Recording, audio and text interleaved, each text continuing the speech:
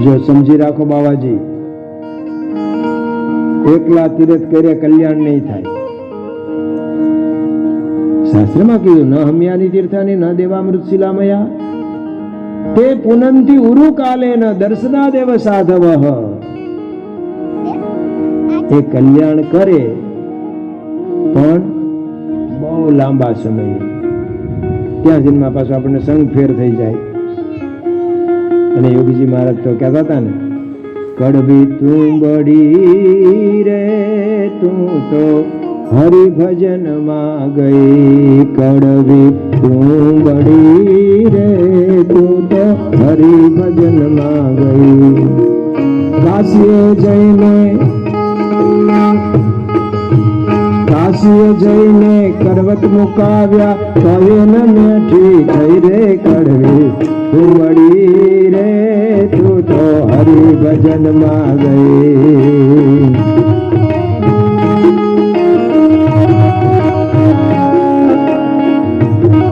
યોગીજી મહારાજ તો બહુ લડાવીને કહેતા હતા, અત્યારે આપણે ટાઈમ નથી, પણ મોટા ભાઈ બધે તુંબડીને જાત્રા કરાવીને આવ્યા ને, શું કે જાત્રાનું આમાં ફળ આવી ગયું છે.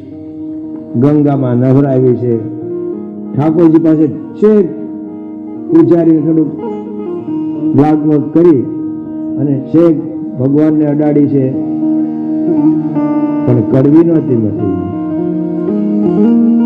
મોટા ભાઈને જમવાનું કીધું ને પાણી આમાંથી પ્રસાદીનું પહેલું એમને જ પાયું, એવું કડવું લાગ્યું, ઊભા થઈ ગયા, જમવાય ન રહ્યા.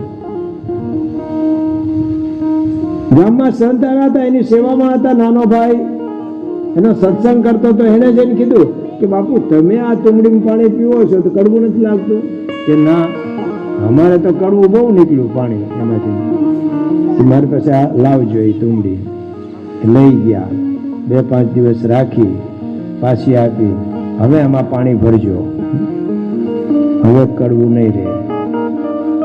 પીધું, પછી મોટા ભાઈને પાયું. પહેલા તો મોટા ભાઈ તૈયાર જ નહીં પીવા. આવ્યું તો કે આ કેવી રીતે શું થયું? કે આ સંત ને આપ્યું હતું. અંતર નિર્મળ થઈ જાય સંતના સંગમાં.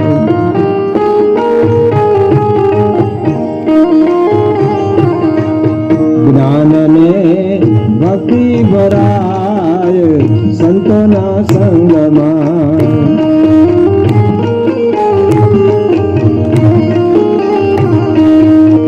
પારસના સમશે સંતની કાયા. પારસના સમશે સંતની કાયા. લોભુ કંચન થઈ જાય સંતના સંગમાં.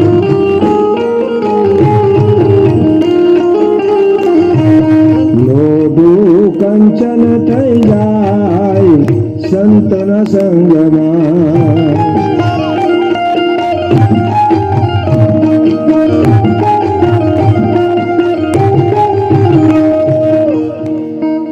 આ સંત એમને કહ્યું તમે શું કર્યું? કે આ મૂળ કોક ડુંગળી કડવી હોય ને કોક મીઠી હોય, મેં આમાંથી અંદરથી જે એનો કડવાશ હોય ને કાઢી નાખી, ઘસી ઘસીને. પછી કાચ પેપર મારી દીધો, ઉપર એલોડાઇટ લગાડી દીધી, એટલે એની કડવાશ કાઢી નાખીને. જો આપણામાં કડવાશ હોય ને, આવા સંત યોગીજી મહારાજ, પ્રમુખ સ્વામી મહારાજ, મહંત સ્વામી મહારાજ આપણી કડવાશ કાઢી નાખે તો કલ્યાણ કહે છે બાવાજી તીરથ ખોટા નથી, પણ કડવાશ કાઢવી હોય જીવનમાંથી. યોગીજી મહારાજ એક વખત નડિયાદમાં હતા, પીપલગના એક મુમુક્ષુ, આમ તો કોક લઈ આવેલા એમને, અને એમનું નામ મનુભાઈ. યોગીજી મહારાજ ને કોઈ ઓળખાણ કરાવી કે આ નવા હશે ને આજે આવ્યા હશે સભામાં. યોગીજી મહારાજ કે બીડી બીડી પીવો છો કે બીડી સીડી એવું કહેતા કે પીવું છું ને તો સ્વામી કે મૂકો ને કે બીડી તમારે જોઈએ, રોજની 100 બીડી પીવું છું કે, એટલે બીડી તમારે ન મુકાય. યોગીજી મહારાજે વિચાર્યું પછી કે એમ કરશો ડુંગળી લહણ મૂકશો, ડુંગળીના ભજીયા તમારે રોજ ખાવા જોઈએ એટલે એ ન મુકાય. પછી કે કઈ મૂકવાનું ન આવે ને એવું કઈક કહો. યોગીજી મહારાજ કે તમે હમણાં વાત કરી તમારી લાતી વડતાલમાં છે, નજીક જ પીપલગ ને વડતાલ, રોજ જાઓ છો લાતી, તો એક કામ કરો ને, રોજ ત્યાં મંદિરે દર્શન કરવા જવું. કે હા હાલો આમાં કઈ મૂકવાનું નથી. પણ આટલું કરાવીને યોગીજી મહારાજે એવા સત્સંગી કર્યા કે અત્યારે જે નડિયાદમાં આપણું મંદિર થયું ને એની જમીન પહેલા એમણે આપી, પછી બીજી બધી આપણે લીધી. પણ એ મનુભાઈ પીપલગ વાળા ખરેખરા ભક્ત થઈ ગયા. તો મોટા પુરુષની દ્રષ્ટિ પડે અને આપણી કડવાશ જાય. તો કલ્યાણે કીધું કે અહીંયા રામાનંદ સ્વામી અમારા ગુરુ જે ભગવાનનું સ્વરૂપ છે અને એમના સંત મુક્તાનંદ સ્વામી લોજ ગામમાં આશ્રમમાં રહે છે, સાથે 50 સાધુ રહે છે, બધા નિર્વ્યસની છે, સદાચારી છે, પવિત્ર જીવન જીવે છે અને બધાને જીવવાની પ્રેરણા આપે છે. બાબાજી તો ત્યાં જજો, સાંભળીને ફરશો, એનાથી કલ્યાણ નહીં થાય, મોક્ષ નહીં થાય, વાસના નહીં ટળે. મન મોહ ટળે, મન મોહ ટળે,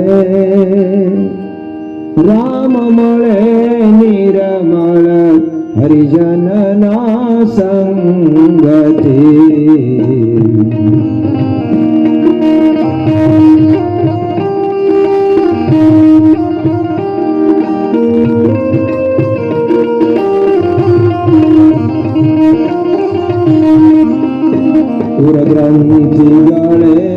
પુરગ્રંથિ ગળે અવિદ્યાના આવરણ સર્વે નાશે અંગથી.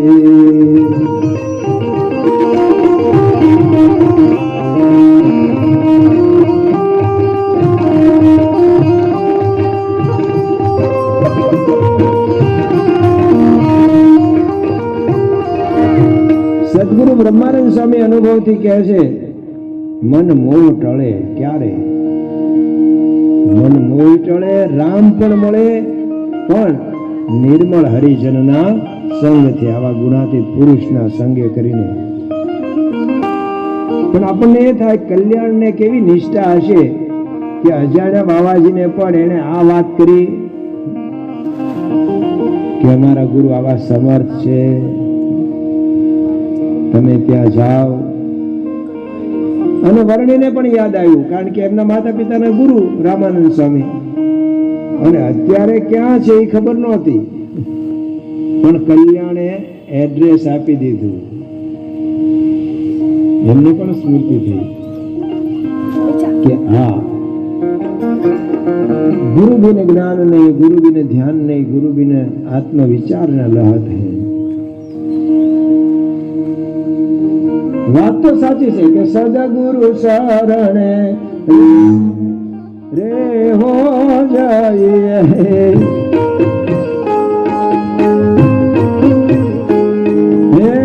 સદગુરુ શરણે રે હો જાઈએ,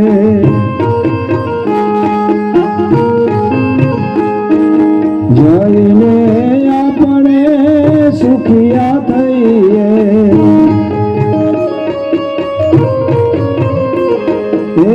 સદગુરુ શરણે રે હો જાઈએ,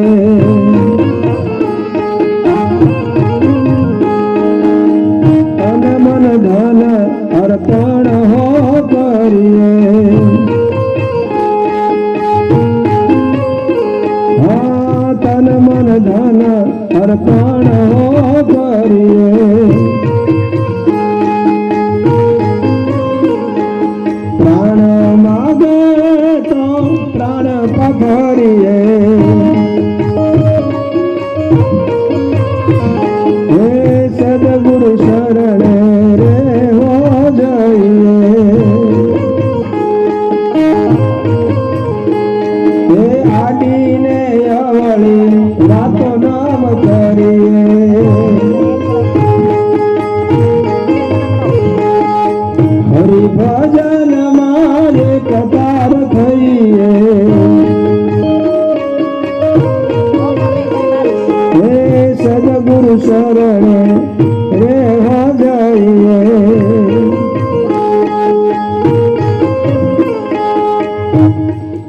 तुलसीदास जी महाराज કહે છે કે રામ મિલન કે કારણે જો તું ભયો ઉદાસ, તુલસી શોધી લે સંગત સંત કી રામ જીનો કી પાસ. જેને ભગવાનને રાખ્યો હોય ને એને આપણે જીવ સોંપીએ તો એનાથી કલ્યાણ થાય. અને એટલે જ નિષ્કાળ સામે લખ્યું છે ને, કલ્યાણ નિર્ણયમાં જ લખ્યું છે, એ સાચે સાચું કહેશું હરિ રાખે જેમ રહેશું રે. સાચે સાચું કહેશું હરિ રાખે જેમ રહેશું રે.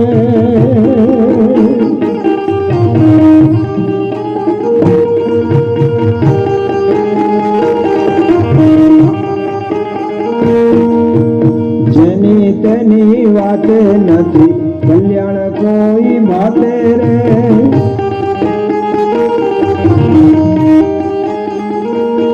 સાચા મળ્યા વિના સાચું સર્વે કલ્યાણ નું બહુ કાચું રે.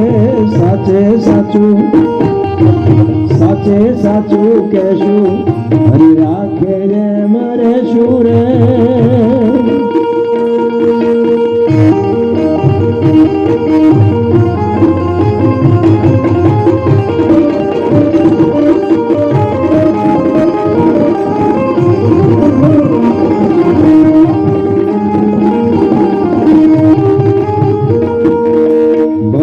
તરવા કાજ સાચા સંતનો સમાજ રે.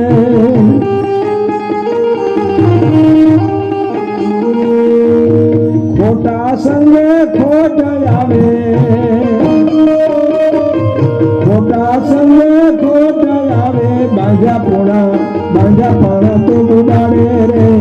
સાચે સાચું કહેશું હરિ રાખે જેમ રહેશું રે. સાચે સાચું સાચા હરિ ગુરુ કહીએ જેથી પરમ પદ લઈએ રે.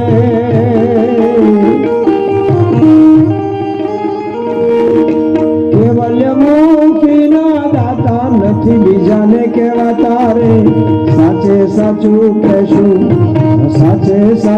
કહેશું હરિ રાખે એમ રહેશું રે. નિષ્કાળ સ્વામી આ લખી ગયા કે જેની તેની વાતે કલ્યાણ નથી, કલ્યાણના દાતા મળે એવા સાચા સત્પુરુષ ગુણાતીત પુરુષ. એટલે જ ગોપાળાનંદ સ્વામીએ પોતાના બધા શિષ્યોને કીધું જાઓ જુનાગઢ ગુણાતીત પાસે. પછી એ પ્રાગજી ભગત, જાગા ભગત કે શિવલાલ શેઠ આ બધા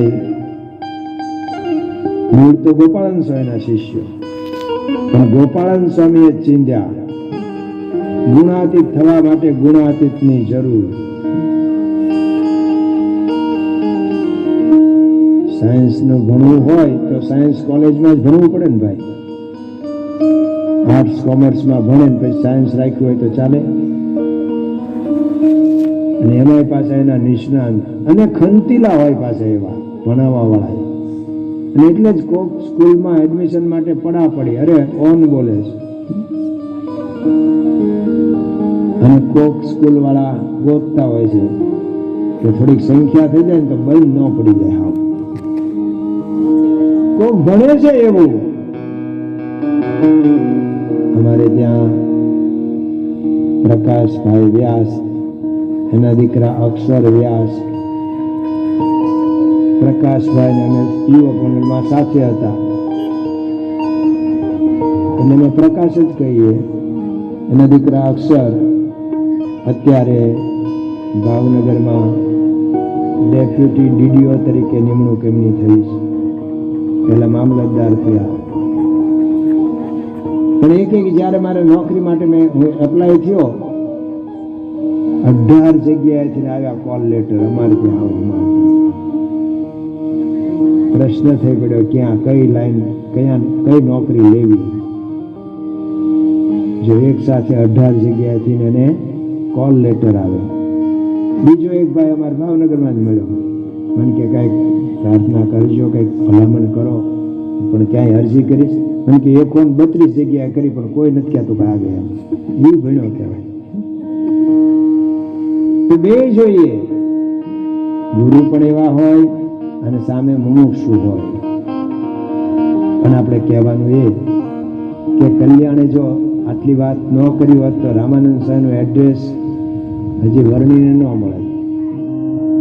તો આપણને કહે છે, શીખવે છે, તુજ સંગે કોઈ વૈષ્ણવ થાય તો તું વૈષ્ણવ સાચો. તારા સંગનો રંગ ન લાગે ને ત્યાં સુધી તું કાચો. આજે યોગી બાપાનો પ્રાગટ્ય દિન 133મો, એમને યાદ કરીએ. પ્રમુખ સ્વામી મહારાજ 1992માં ભાવનગરથી નામ વિદાય લેતા હતા, તળાજા પધારવાના હતા. હું બીજી ગાડીમાં બેસવા જતો હતો, એક જમીન દેખાડ્યા પછી પાછો મને બોલાવ્યો. મને કે કવિ ત્રાપજકરનું ઘર ત્રાપજમાં તમે જોયું છે? મેં કીધું કોઈ દિવસ જોયું નથી. કેમ, જોયું છે? સ્વામી કે હા, એ બીમાર છે તો આપણે ખબર કાઢતા જઈએ. આ પ્રમુખ સ્વામી મહારાજ, દુઃખ દેખી દુખિયારા જનોને હૂંફ દિલની આપતા. ના હોય પરિચિત, આ તો પરિચિત હતા. ક્યાં ગયા એમને તો કલ્પના નહીં. પછી તો પથારી વસ, દીકરાને એક્સિડન્ટ થયેલું, એને પગે પ્લાસ્ટર, એ ઊભા ન થઈ શકે. સાથે હરિભક્તો હતા, કીર્તિ બાપુની ખુરશી ગોઠવીને કવિવર કે મને ઊભો તો કરો, મારે દંડવટ કરવા. બાપા કે તમારે હવે અત્યારે દંડવટ ન થઈ શકે, તો એમણે કર્યા દંડવટ. અને પછી લગભગ 18 દિવસે ધામમાં ગયા. સ્વામી ત્યાંથી ઋષુપાન ત્યાં પધાર્યા તળાજા. પણ પછી મને યાદ આવ્યું કે કેમ આટલી બધી લાગણી બતાવી? તો એટલા માટે કે કવિ કાગને સત્સંગમાં લઈ આવવા વાળા અને યોગીજી મહારાજના દર્શન કરાવવામાં આ નિમિત્ત બન્યા. આ કવિનું ભજન તો આપણે ગાઈએ છીએ, મને સંત મળ્યા ભગવંત મળ્યા મને, મારા જન્મ જન્મના પુણ્ય ફળ્યા મારા, મને સંત મળ્યા ભગવંત મળ્યા મને. 68 તીરથ જેની કાયા છે,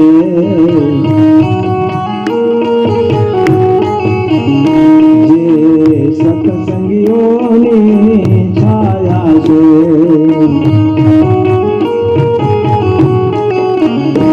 એવા શ્યામ મળ્યા ઘન શ્યામ મળ્યા, એવા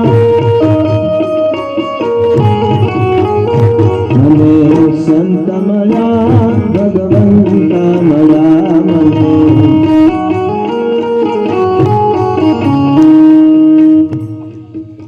જો બેઠક વ્યવસ્થામાં કોક ઉભા રહ્યો, પહેલાથી આપણે બેઠા હમાયા નહીં. જો આ છોકરાઓ કેટલી જગ્યા રાખીને બેઠા, આગળ જશો. જયારે ઓછી સંખ્યા હોય ને ત્યારે છૂટા છૂટા બેસે સારું લાગે, ભૂરું ભૂરું લાગે. પણ પછી સંખ્યા થાય ને એટલે પછી આમ ગોઠવતા જવાનું. એક ભાઈ તમે તમારું ઉપવસ્ત્ર ખોળામાં લઈ લો એટલે એ જગ્યા નો કે આગળ હાલો. હા,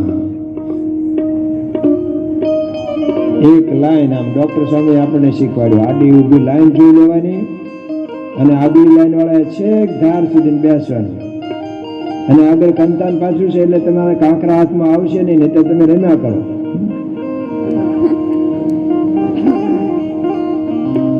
તો કવિ ત્રાપજકર બહુ મોટા કવિ, એમને કાગ બાપુને ત્યાં એક વખત બહુ મોટું સંમેલન થયું હતું. સાહિત્યકારો બધા પધારેલા, મજાદર ગામ. 3 દિવસનું સંમેલન. લગભગ ગુજરાતના બધા જ સાહિત્યકારો કવિને ત્યાં આવેલા. કવિને પણ પદ્મભૂષણનો ઇલકાબ, રાષ્ટ્રીય ઇલકાબ મળેલો. નરેન્દ્રભાઈ મહેતા તબલા વગાડે છે ને, એમણે 1 વર્ષ દાડો તો એમની સાથે વગાડ્યા છે, કવિ કાગ બાપુ સાથે. અને આ સંમેલનમાં જગતગુરુ શંકરાચાર્યજી દ્વારકાના એ પણ પધારેલા. આખું સંમેલન નિર્વિઘ્ને સરસ રીતે પૂરું થઈ ગયું. પછી કવિ ત્રાપજકરે કીધું કે કાગ બાપુ મને અધૂરું થોડુંક લાગ્યું. કે શું અધૂરું લાગ્યું?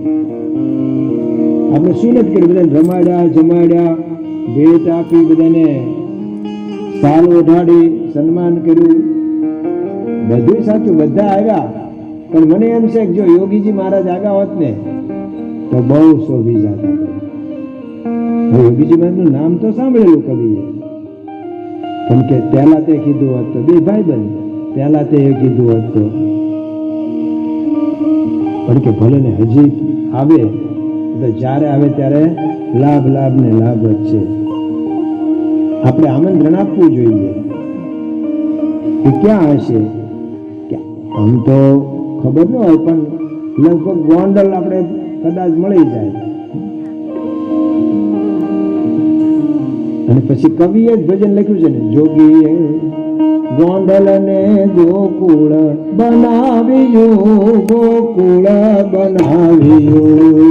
જોગીને ગોંડલ ને ગોકુળ બનાવ્યું, ગોકુળ બનાવ્યું. હે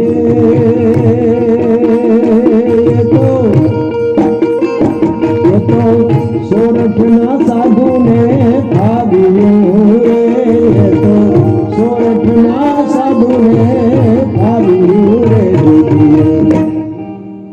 જોગીએ ગોંડલને ગોકુળ બનાવ્યું, ગોકુળ